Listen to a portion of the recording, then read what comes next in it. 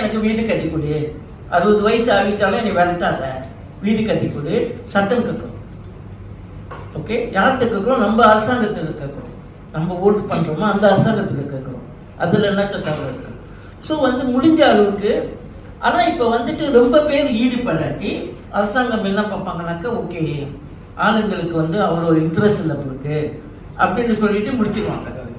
தேர்தல் டைம்ல எல்லாத்துக்கும் ஒரு மூட்டை அரிசி கொடுத்துட்டு கதையை முடிச்சுக்குவாங்க. சரியா? இதுதான் நடக்கும்.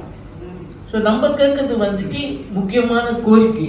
உங்களோட மலேசியால பார்த்தோம்னாக்க எல்லாருக்கும் சீனர்களுக்கு சைனீஸ் நியூ வில்லேஜ் இருக்கு, ஃபெல்டா உள்ளவங்களுக்கு ஃபெல்டா ஸ்கீம் இருக்கு, மலாய்க்காரங்களுக்கு ட்ரெடிஷன் கம்பவுண்ட் இருக்கு, அஸ்லிக்கு ரிசர்வ் லேண்ட் இருக்கு.